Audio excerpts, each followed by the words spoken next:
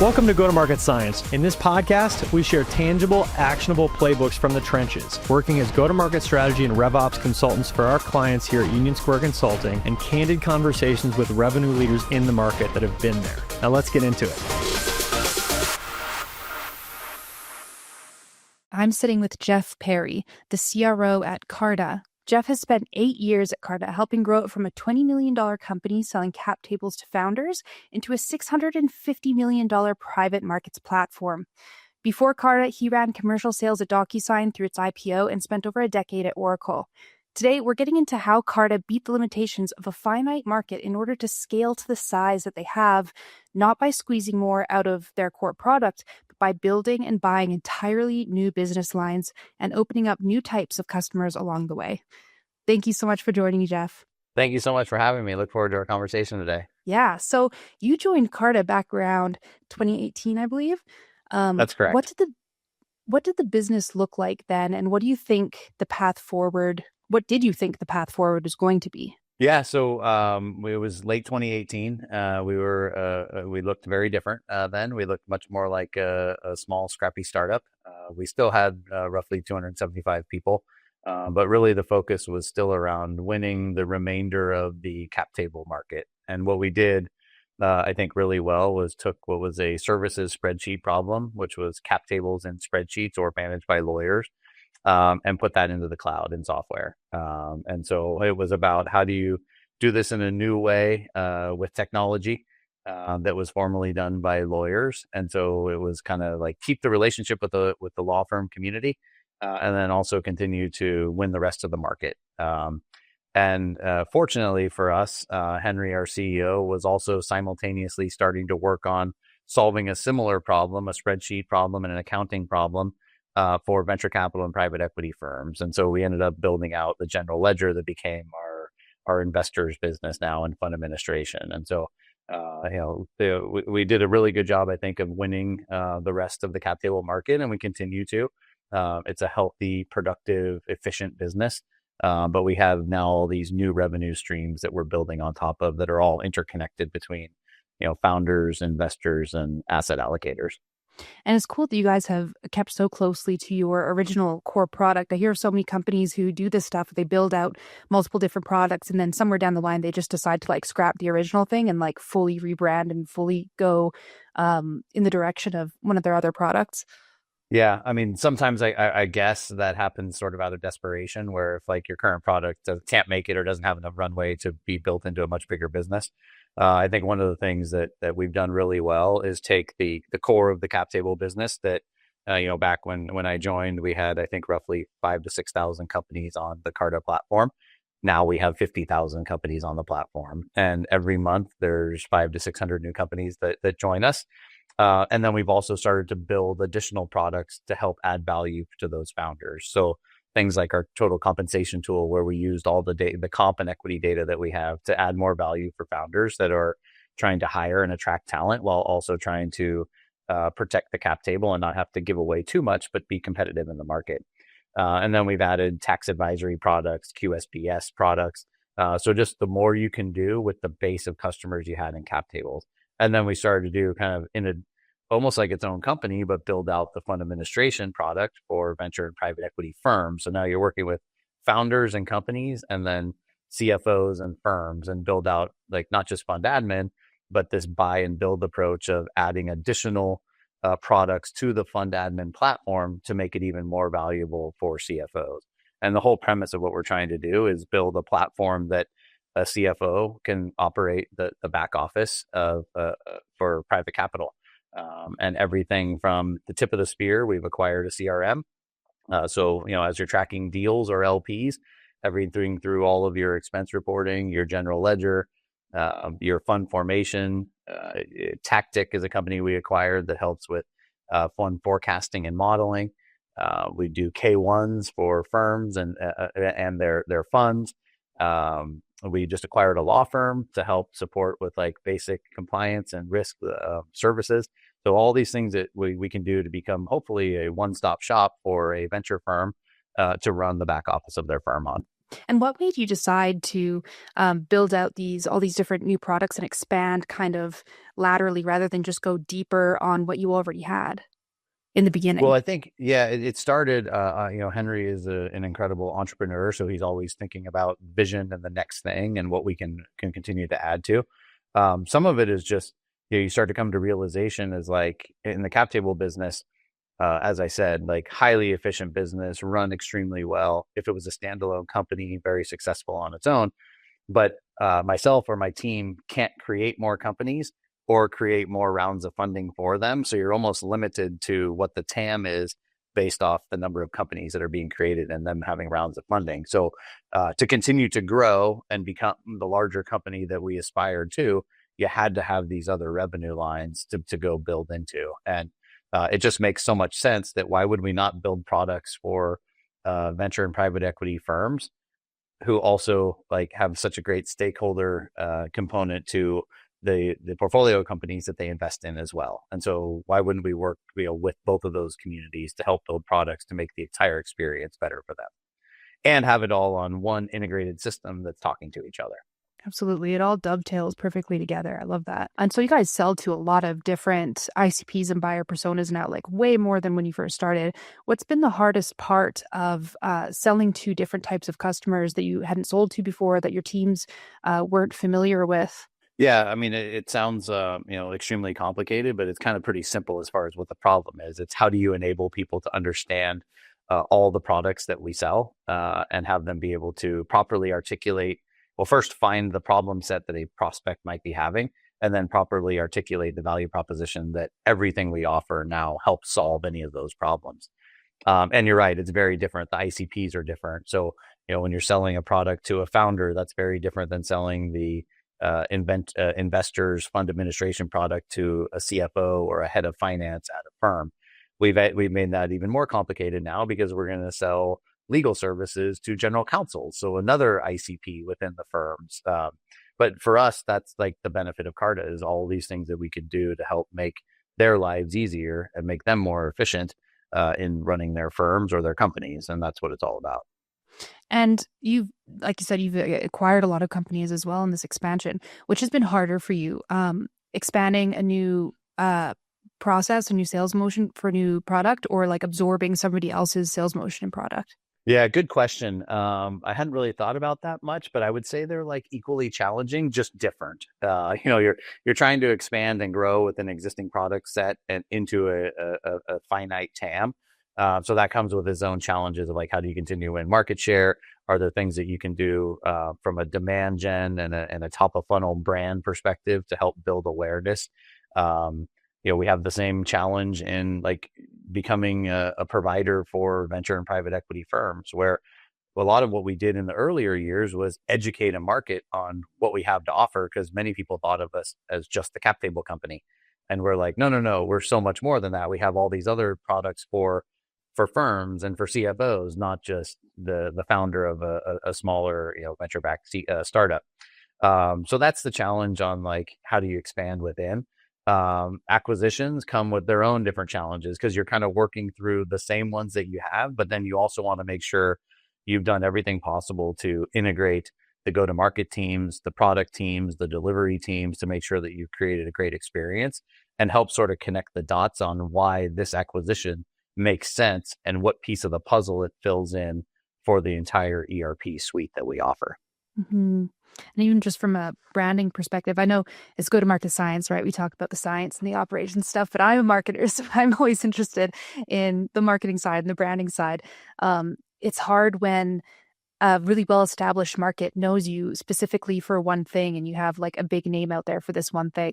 And then you have to try and like shift the perspective of the market and your audience to include you in this other category that you've now expanded into. Yeah, that's exactly right. And I think, I'm grateful for our marketing team and how they've been able to sort of expand our brand awareness out in the market. You do sort of the paid search spend on all things kind of cap table related, but the reality is selling fund administration to CFOs of venture firms and private equity firms was a newer market for us. And so, we've recently done totally different marketing strategies than we had done on the cap table side. things like doing a complete takeover in Manhattan from an advertising standpoint, and billboards and taxi cab advertisements, and in elevators and in the subways in New York, all in the area where private equity firms live inside of Manhattan. So you just take a totally different approach. We've also done over the last 2 years many more sort of what I call like the high touch events with your sort of enterprise level customers, which are sort of exclusive events that we bring CFOs to that are both customers and prospects. And hopefully we're sharing the story and having our own customers also share with the prospect what their experience is like in working with Carta. We've done, suites at games and dinners and things like that, where there's much more of this like high touch relationship sale. And so it was a new muscle for us to learn and exercise at Carta from a marketing perspective. And I think we've done that really well, where the brand recognition is starting to become much more aware as us not just being a cap table company. There's so much more to offer.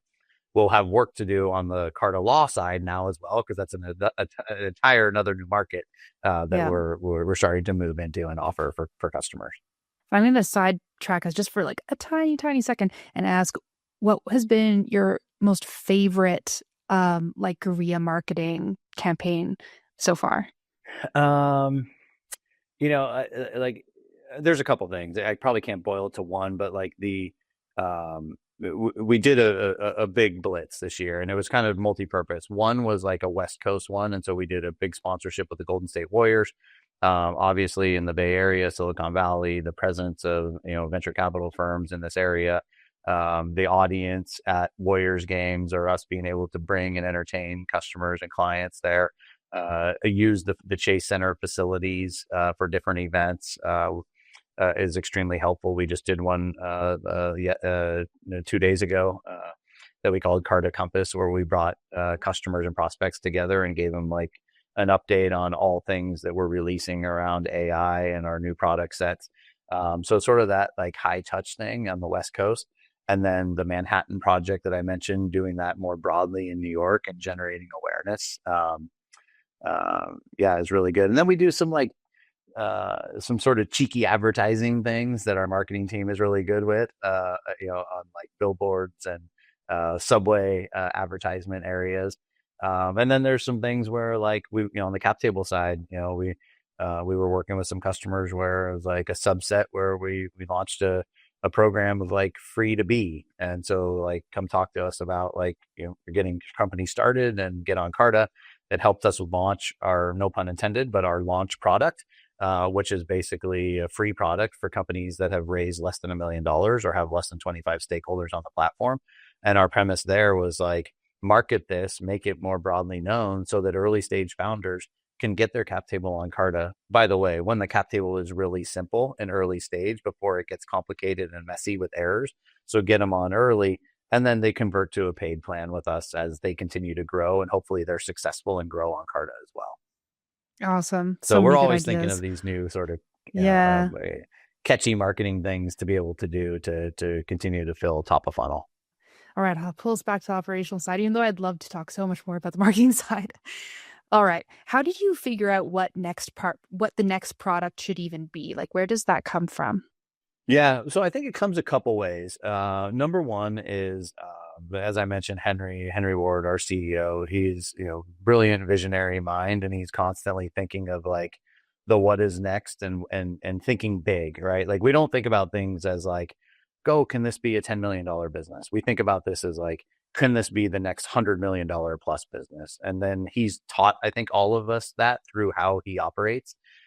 So it's finding the next thing that can be the next really big thing for Carta and have multiple revenue streams that are multiple hundreds of millions of dollars. And that's how you become $1 billion plus company. And so there's that mentality within. I think a lot of what we do, to be honest, from a product roadmap standpoint on the venture and private equity side, is listen and talk to customers and prospects and hear from them what works in their experience, whether they're with Carta right now or not. Like have a better understanding of what they need to help make their job easier, make them run the firm more efficiently. We talk about this all the time. We want to do two things for CFOs of venture and private equity firms or GPs. Number one, create more time for them to do two things. Like go be able to find more great companies to invest in and find more great LPs to invest in their firm for them to have the funds to invest in. And so if we're helping with running the back office of the firm, that should allow them way more free time to go do the two most important things that they need to be doing versus back office accounting things. And so what we hear from them on the things that are challenges for them, we help build products around, or we've bought products around to help round out the entire solution. And the best part about it is like, would you rather work with Carta in one platform and one suite, or work with like 7 or 8 different companies and manage 7 or 8 different vendors? We want to be the platform of choice. And this is really topical and interesting for us at USC right now, because we're trying to find ways that we can get on these like one-on-one customer calls where we can have these similar types of conversations to find out like how better can we help. But the people we work directly with like CROs, CFOs.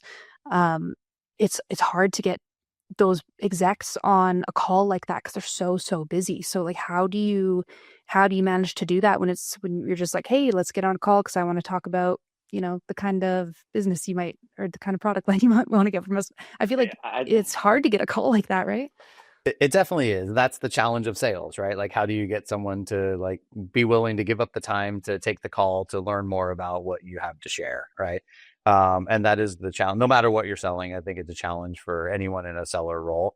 I think what we have found, especially in the fund administration business, is there's typically a couple reasons for why someone is sort of timing right for us to be speaking with. And this is happening very, very quickly now. Number one is they're being forced to, whether by a board or their GPs, to look at a more technology forward product than they maybe historically had been using. And so if there's a push from the company or the firm to be like, we need to be a way more AI forward company, or we need to be a technology forward company, just doing the old way of doing it with like more accountants doesn't check that box. And so is that an opportunity for us to meet them where they are in that moment to say, we are the premier technology provider. Here's all the things we're doing in AI. Like, come talk to us and listen to us and let us tell you about how we've been doing this. The second being, if they have just like not a great experience with the current provider and it's reached a boiling point where there have been mistakes or errors or things like that, team turnover, that's an opportunity for people to really want to lean in and speak with us. And then the third being, and this could happen all simultaneously, by the way, they're raising a new fund. And when you're raising a new fund, that's typically an opportunity to say like, are we doing this in the best way, the most optimal way, or at the point of raising a new fund, is it time for us to like look at other solutions? And in doing so, you're likely going to look at a solution that is much more technology forward than the old way of doing it. But that's why there's, totally different sales cycles. The cap table business in many cases is sometimes a 1-call close, often 2 to 3 calls. Deals happen pretty quickly, within a week to 10 days. Very different sales cycle than working with venture and private equity firms, where in some cases it can be a couple of years because the timing wasn't right for the firm to make a switch and completely uproot a back office process, whether it's technology or not, and make that change. And so if it's raising a new fund or there were errors and mistakes made, then the time is maybe right for them to seriously consider making some type of change like that. And those cycles can be much, much longer, which as a sales leader, salesperson, that can be really, really frustrating. But that's also part of our transition from like SMB sales to enterprise sales, where there's a process to this and you have to become a trusted advisor to the prospect, and you got to continue to update them on the things that you're offering and why you're offering and how it can benefit, and build that relationship over time so that you've earned the opportunity to win the business when there's business to be won.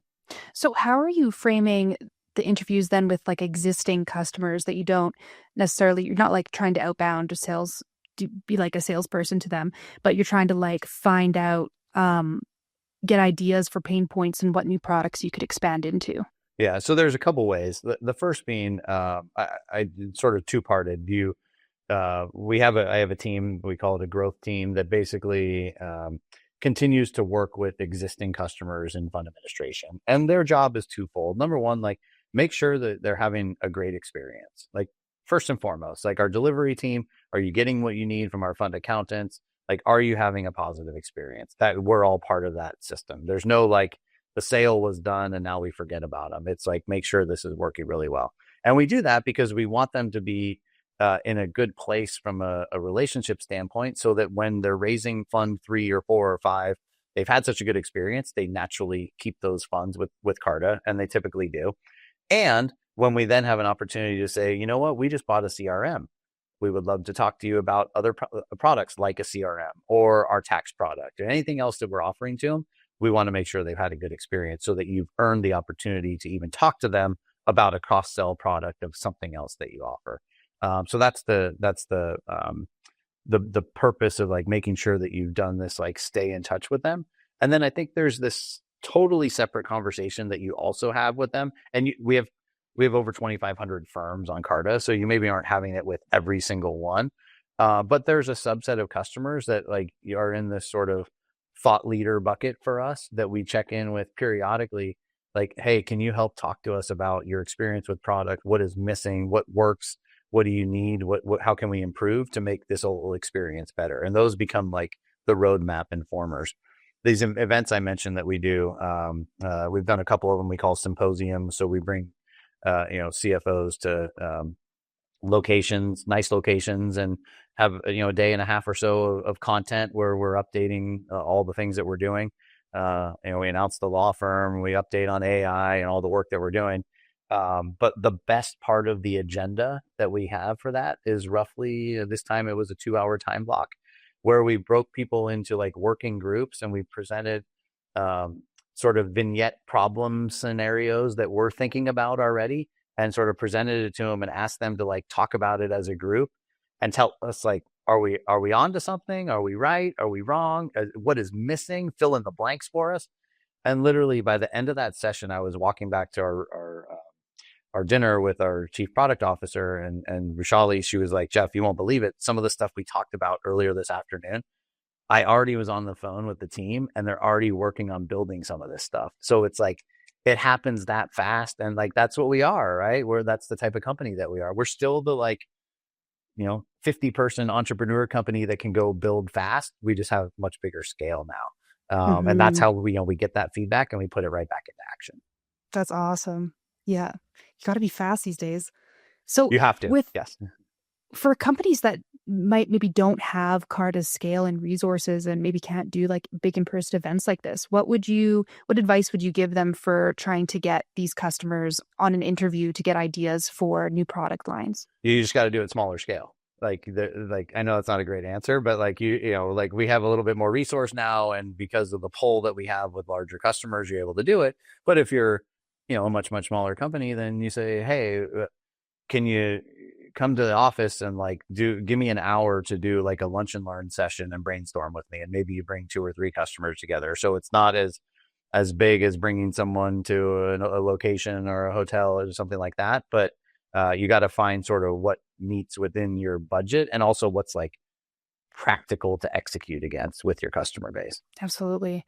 All right. So as your product set grows, your reps have to know more and more about every single product line that they're selling, right?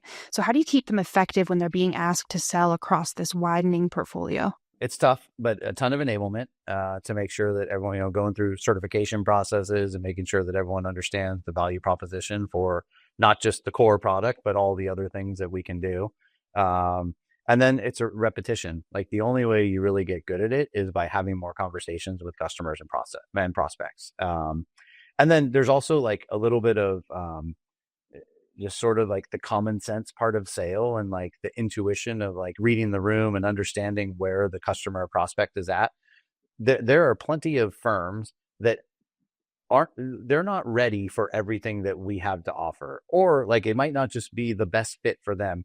And as a salesperson, I don't think it's ever helpful to just force it on them. You have to understand like what might be actually consumable and usable for that firm based off their needs. And then you go down that line of talk track with them. And that's the kind of like the art and the science of sales, is you got to be able to like figure out the art part as well, and understand like the right moment for, is the entire, is CRM not important to them at this moment, and understand that, and don't push it on them. We're here to like help and be advisors, not try and force as much product on people as we possibly can. But I think if you start from the place of like, being an educator and an advisor and like an evangelist of all the things that Carta can offer for someone, then like they can kind of pick and choose what's applicable to them. And then we help complete the story of like what's missing and why things might be important or things that they haven't thought of. And I think that's where you create the best long-term relationships with customers, are the ones that feel like you're not forcing things on them, but like you're trying to be helpful and provide solutions that like they might need in that moment. Absolutely. And I'm not a salesperson. I've never been a salesperson, but here at UC, like our team's quite small. So we have group meetings all the time. So I'm always talking to the ones doing the selling, which is usually our CEO or the actual go-to-market operator on our team, the head operator. And I think that's just the absolute best way that you can sell anybody anything, not like trying to like push, but trying to pull, like trying to get the information from that person so you can investigate, and figure out together like what is the best solution for you and educate them so that they have like, even if they don't end up going with you, even if they don't end up like doing contract with you, they walk away from that call feeling like they've learned something and they've gotten some value out of it. Exactly right. Yeah. And I think, what I try and, talk about with my team is like start from a point of like curiosity with the prospect, whether it's a founder of a company or a CFO of a firm, either way, like starting with our own agenda and forcing our own agenda with someone typically doesn't help. But if you start with like, tell me about your company. What's the problem that you're trying to solve and what you're building? Like, what are you walking through? What's your growth plan look like? And you start to like, people will just share information with you because you're starting from a point of like trying to be helpful and understand what they're doing. Same goes on the firm side. And then you'll, through a natural conversation, you'll start to like really unpack what the pain points are. And then if you're good at it, you can start to match like, oh, so you had a problem with a capital call. Let me show you what a capital call would look like if you were on the Carta platform, and you can use some of the video assets that we have to actually like show someone what it looks like versus just like force feeding, telling them what we think it will be. Mm-hmm. Absolutely. It's also how like the sales process has evolved over time.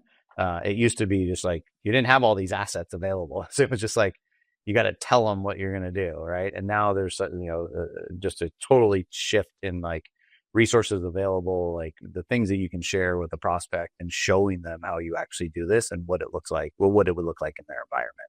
And that I think resonates so much better than just being told something. Oh, absolutely. And if you have like good connective tissue with your marketing team, which every sales team should, you can also share this information and this feedback. And now marketing is able to better market to the right kind of leads that sales is actually able to work with and close better. That's right. And I think we've done a not so great in the beginning, really good job of now is making sure that we've involved members of the product team early in the sales cycle. Making them accessible to the customer so that like we're talking through like all the details of the things they may or not need, or understanding what is really important to them down the road. We learn a ton from that, by the way.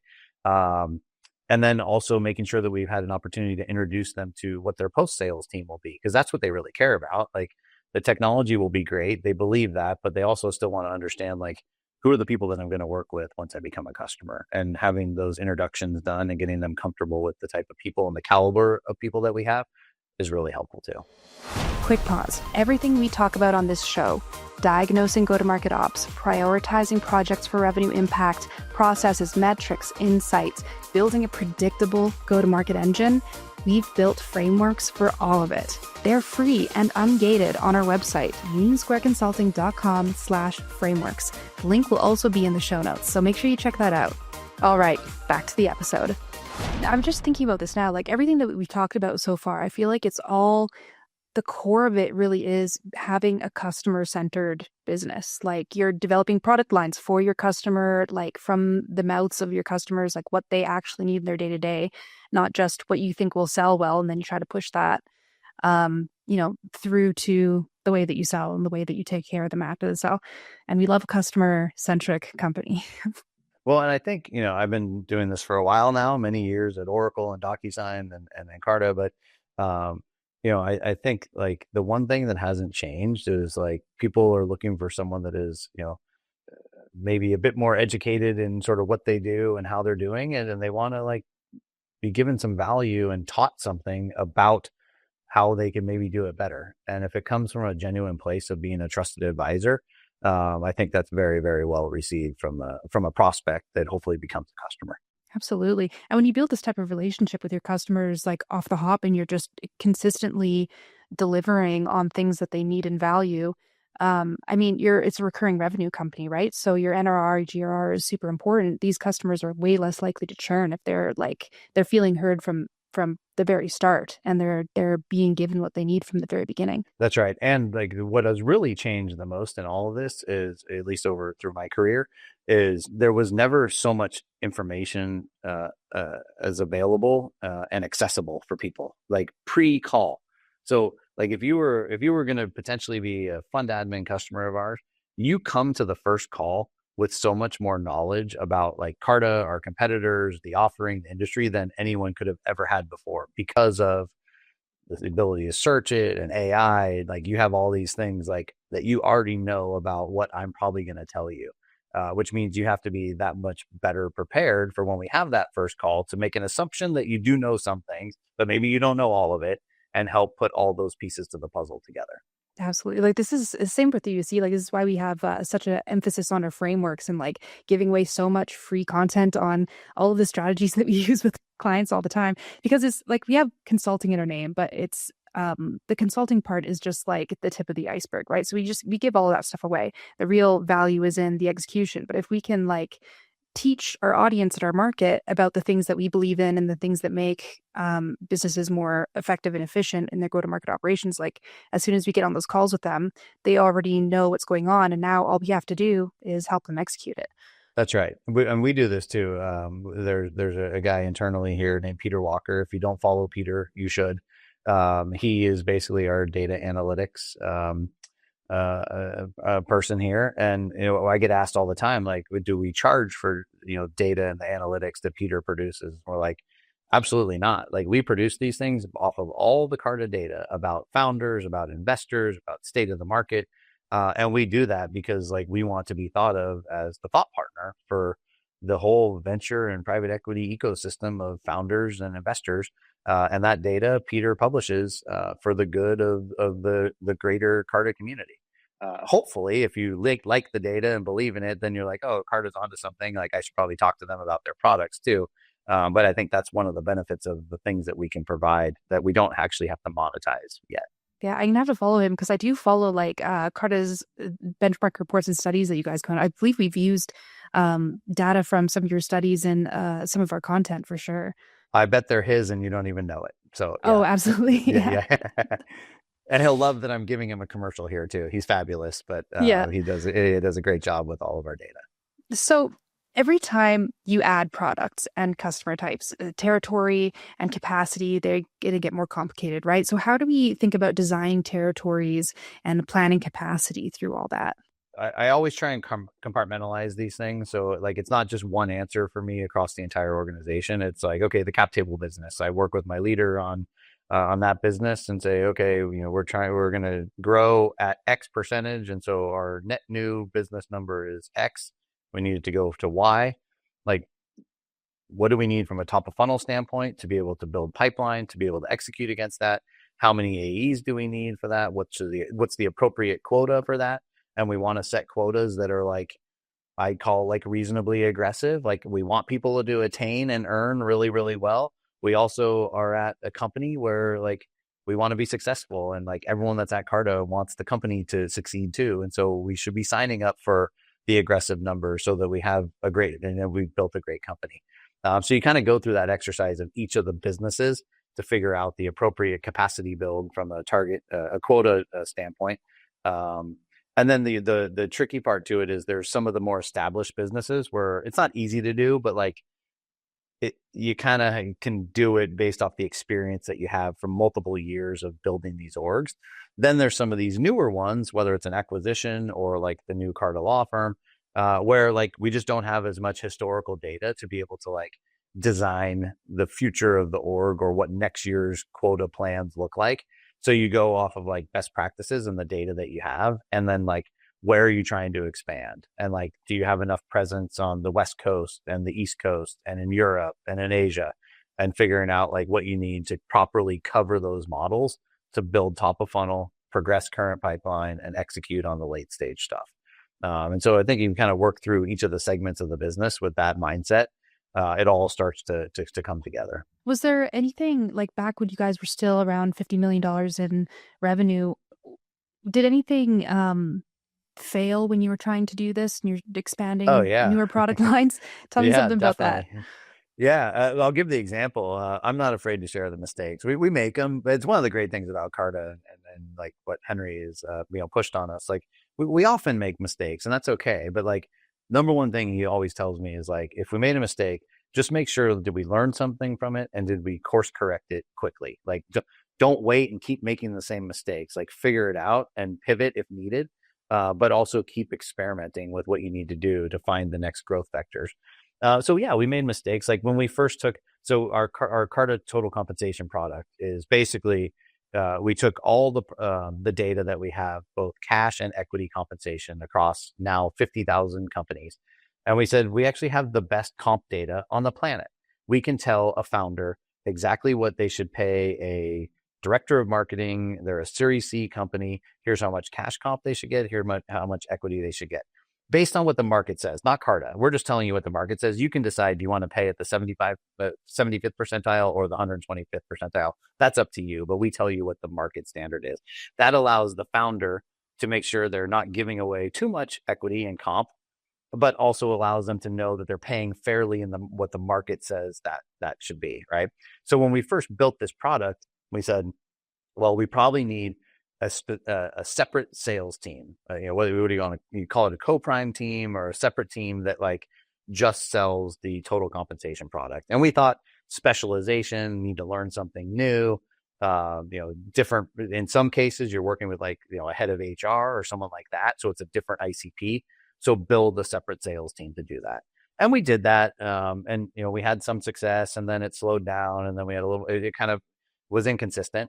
And so I think what we realized is like, we built a great team of account executives that know how to sell the cap table business. They're at the tip of the spear of the conversation with a founder that's getting a company built and growing. Like they're capable of having the conversation about cap tables and total compensation. And so let's enable them and educate them on how to do it. And we pivoted and said, we don't need that its own sales organization. It can be done by the existing team that we have. We had to kind of go through some of the growing pains to learn that and figure out that ultimately became the right model. And now, 4 years later, 5 years later, it's still one sales team now that sells multiple products. That may change. There could be the next thing that would require some specialization, or it's just like a couple of really specialized account executives that are sort of overlay model or something. But that's kind of all the tinkering that we do to figure out like all the things you've experimented to try to get yourself to the end decision of what you think is best in that moment of time. Absolutely. And I love what you said about, making mistakes and just making sure that you're learning something from it. You don't keep making those mistakes. Like, I don't think there is a company on the face of this earth that like really, really succeeded without making mistakes at some point or another. It just doesn't happen, because if you're not making mistakes, it means you're not trying anything. You're not trying anything, out of the box or a little risky, and you can't play it safe and be wildly successful. It's just not how it works. You're totally right. I think just being conservative, it limits you on, how much, growth potential you potentially have. So. And in the spirit of that, are there any other like big swings and misses you guys took throughout this growth journey of yours that you'd love to tell a story on? Look, I would say kind of in our M&A strategy, we haven't acquired any like what I would call like really large acquisitions. We've done a bunch of, I think there's probably at least 10 to 12, somewhere in that range over the, call it 7 years. We've done 6 of them in the last 2 years, and smaller. And like those don't always work out great. At the time, there's a moment in time where like that piece of the puzzle that product or that company is filling for us makes total sense. Things change, things evolve, and maybe like they were a little less successful than expected. And others, they were like far more successful, or they helped us like rebuild the product into something even a better offering than we were going to have with or without it. So I think that's like, to your point earlier, is like that's the kind of experimentation part of it, where like if you're not trying to do those things and you're complacent, you're just going to have stagnant growth. So I love that we we take this buy and build approach and we continue to experiment and figure out like what the missing pieces of the puzzle to fill in. And then the moment you do that, something has changed, and then you figure out the next missing piece and keep going. Yeah. Awesome. I'm going to bring it back to salespeople again. I just have another question here. What changes did you make to compensation plans to actually drive multi-product behavior instead of just having reps kind of go the path of least resistance and sell the easiest product? We've done a little bit of everything along the way. To your point of like making changes, there was a period of time where we thought, okay, you have the cap table product, you have the compensation product, you have the QSBS tax advisory product. Let's, as an example, if there's an AE that has 100K quota for a month, do you give them 75K is cap tables and 10K is total compensation and 15K is the QSBS, and that rounds out your 100, and you have to actually like hit your target for each specific product in those little buckets. And we thought that was a great idea, and let's do that. And the reality is like for a moment of time, it actually was really helpful and worked. And then we realized like, we actually don't need to do that to move the needle. Like we did that to force the enablement part of it. Now our teams and our people are fully enabled. And so we have just one quota. What I would say to that though, is like, even though we put that back into just one quota and not like product specific quotas inside the comp plan, we do track it, and we track it by AE. So I know if you're only selling cap tables or if you're not selling enough of the attach rates. And that to me is like, that's a performance management. That's a manager to AE one-on-one conversation. Like, why?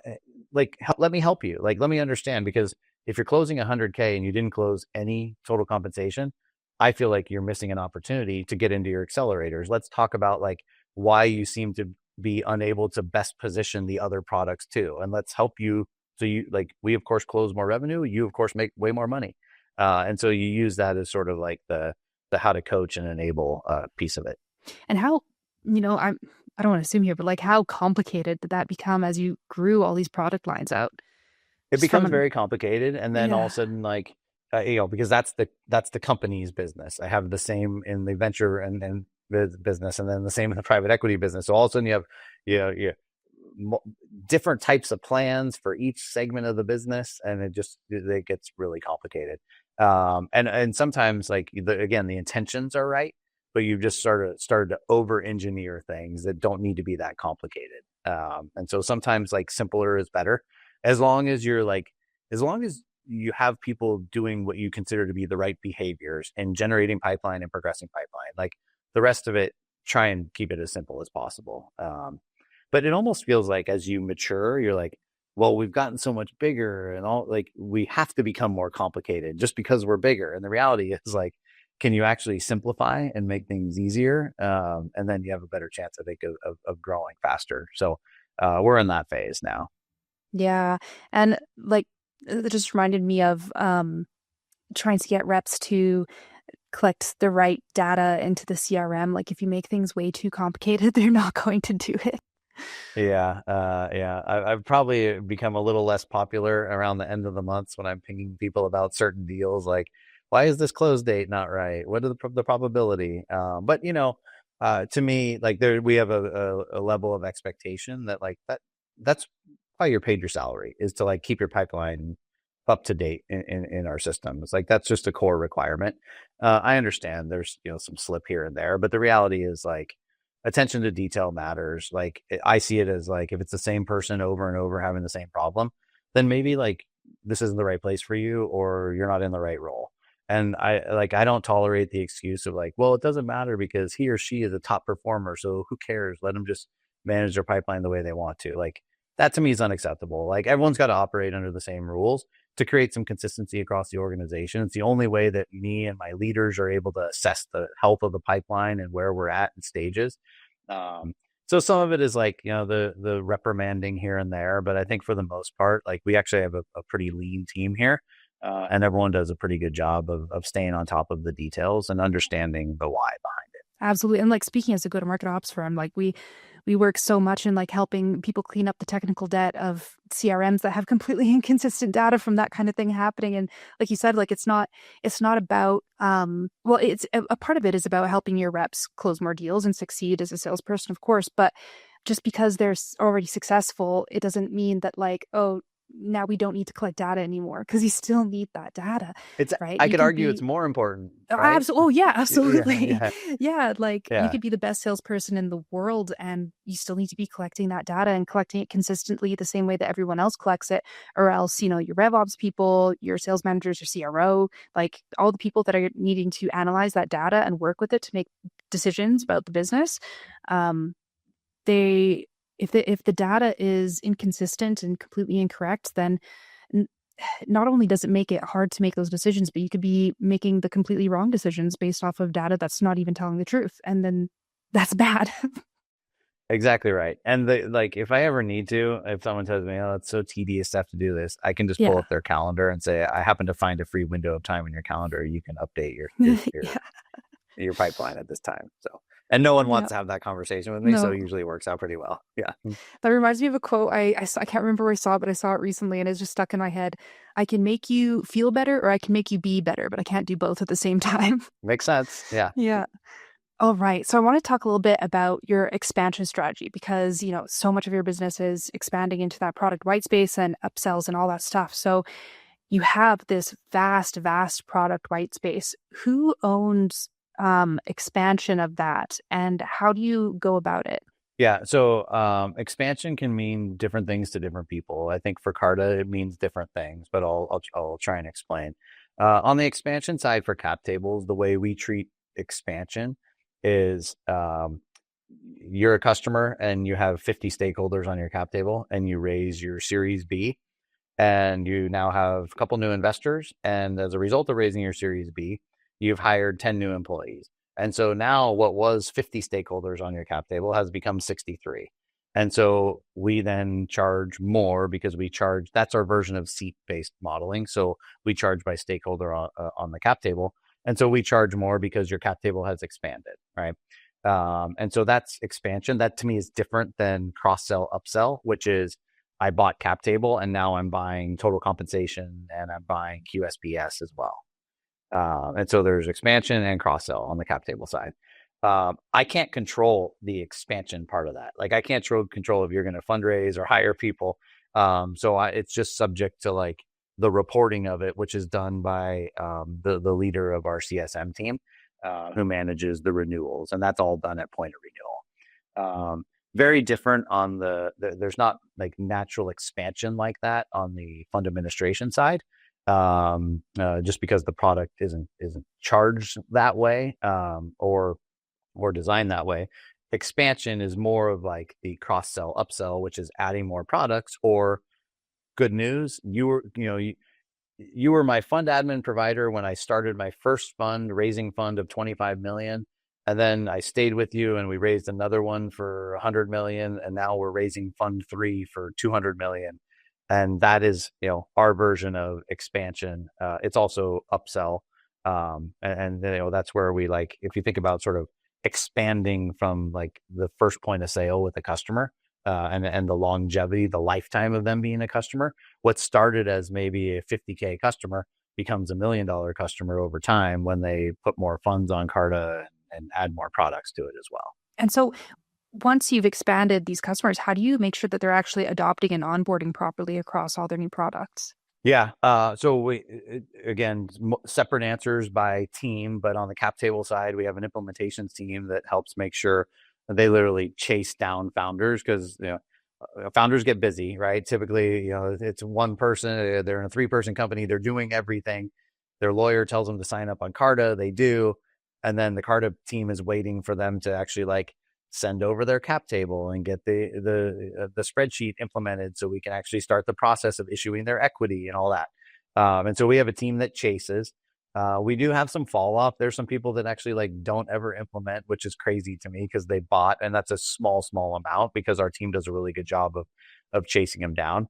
I would say that's very different than, and maybe not a problem on the fund administration side, because they actually have to run the firm off of it. And so if someone buys, we start the implementation process immediately to where we know that like in that term of adoption, that happens because they have to get the firm up and running. Awesome. So we're coming up on time here, but I had, I think, one or two quick questions, or it doesn't have to be that quick. um, so a lot of our audience runs on one or two products, and a lot of them probably have somewhat of a finite market. For a CRO listening to this who feels like they might be hitting the ceiling on their core offering, or they're interested in expanding their TAM, expanding their product lines, but don't have the scale that Carta does, what would you suggest their approach to be that's a little bit more lightweight? Yeah, it feels a bit disingenuous for me to be recommending to a founder what to do since I've never actually even been a founder. But just from what I've seen in my experience, it tells me one of two things, which probably feels impossible to a founder when you're like getting things going and maybe you crossed 1 million or 5 million or 10 million, and you're like, okay, great, we have some traction. This is going really well. Like they probably think their company is going to the moon, right?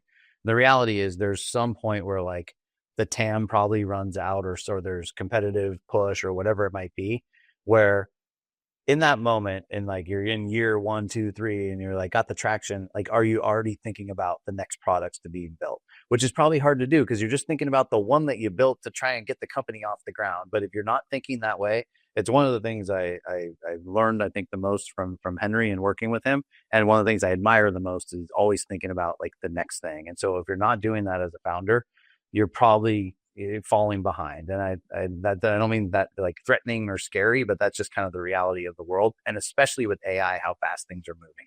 So that would be one. The other is, so sort of what is the next product to build for that customer? And then the next one, which is probably even harder, is like, imagine a world where you had a different customer, not the traditional one that you think is your current customer. Like who might that be? And what do you have to build for them? Which is like, way visionary, right? Because you're thinking about like, oh, I have these customers. What else do I build for them? What if I was like, if this is what Carta did, we had the founder customer, now we have the investor customer. Like if we didn't have the investor customer, we would be just kind of really good, steady growth, great company. Instead, we're still way up and to the right because we have the next customer and the next products too. And so I don't know what that is for each founder, but I think if you go into that mindset of go through that sort of mental exercise of what am I building and who am I going to be building for in the future, it helps get you thinking that way. Yeah, I love that. That is such an interesting mindset shift, and it seems like it would be coming obvious, from a non-founder. Sorry, but this is it's a great, and I'm also not a founder, but like I feel like it's such an interesting mindset shift that might seem like obvious once you hear it, but I would have never thought of that. Well, and just think of like what you get bogged down in the day to day. Like you got to hire people, you got to do a board meeting, you're probably still fundraising, like you're making sure you don't lose customers that you got on board, you're worried about churn. Like there's a million things that a founder goes through. Where do you start to prioritize like what is building the next product or finding the next customer subset? Absolutely. So for my last question, real quick here, what is the leadership story that you feel like you don't get asked about enough, or you don't get to talk about enough, but that you really love? What I love about being a leader, or Yeah, what you love about being a leader, or lessons or stories of being a leader that you so just I don't think get they asked go, about enough. yeah. I think all these things kind of go hand in hand. Like I tell this a lot when asked about sort of my career path, and I feel like I kind of fell into this bucket of kids that graduate from college that didn't know exactly what they wanted to do with their career. And by the way, like I think that's okay. Like you're 21 years old. Like, does everyone really know exactly what they want out of their career life? I don't think so. There's some that absolutely like, I'm going to be a doctor, I'm going to be a lawyer, or whatever it is, and you go down that path. But for a large percentage of the population, it's like maybe you're a smart, ambitious young kid getting out of college and you don't know what you don't know, and you got to kind of go figure out your path. And I sort of stumbled into the sales path, and I ended up like loving it and thriving in it and figuring out like sort of how to make a career out of it. And then I got an opportunity to start leading a team, which I probably was not qualified to do at the time, but there were some people that like believed in me or saw some things in me that said maybe he can do this, and that led to like a few years later, managing multiple teams and really large teams. And so you kind of like, each leader is a little different, like how their path got them to where they are. But I think like the biggest thing for me or lesson learned in it is like, you never know when there's going to be this moment of like a door opening or a window opening for you to say like, I'm going to go knock that door down and like take advantage of the opportunity. And maybe it's not the perfect opportunity at the time. Maybe it's like not the ideal thing you thought, but like you learned something from it and it taught you something and you expanded your skill set as a result of it. And I think like every time I did that or I've seen it happen with other people, it leads to like whatever the next great thing is. And then you take advantage of that opportunity. And then as you start to work your way up and become more senior, you figure out how to like surround yourself with really great people too. And I think some of that comes with just like experience and confidence where like, I'm okay knowing like I'm not the expert of every single thing that my entire team does. And I don't have to be. I have incredible people around me that are experts in other things that I'm not in. And I have maybe some better or different experience than, or more experience than them in some other areas. And so how do we all just help each other be successful? It's hard to do when you're younger and earlier in your career because you feel like you have to have all the answers for everything. Otherwise, someone's going to question, why do you have the job you have?